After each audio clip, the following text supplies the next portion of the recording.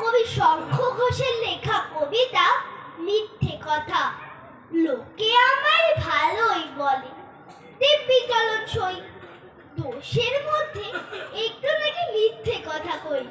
খাচ্ছিলাতে যাবার পথে ট্রেন ছুটেছে যখন, মায়ের কাছে বাবার কাছে করছি বকম বকম। হঠাৎ দেখি মাঠের মধ্যে চলন্ত সব গাছে এক এক রকম ভঙ্গি ফোটে, এক এক রকম নাচে। ও মা দেখো নৃত্যনাট্য।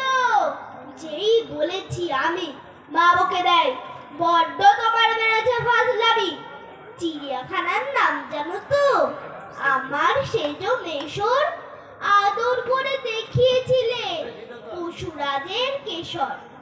কদিন পরে চুন খসানো দেয়াল জুড়ে কি ঠিক অবিকল সেই রকমের মূর্তি যেন দেখি।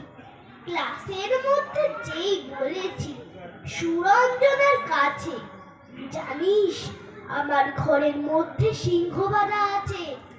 শুনতে পেয়ে দিদিমণি অমনি বলেন, শোনো এইসব কথা আবার যেন না শুনি কখনো। বলি না তাই সেসব কথা, সামনে থাকে খুব।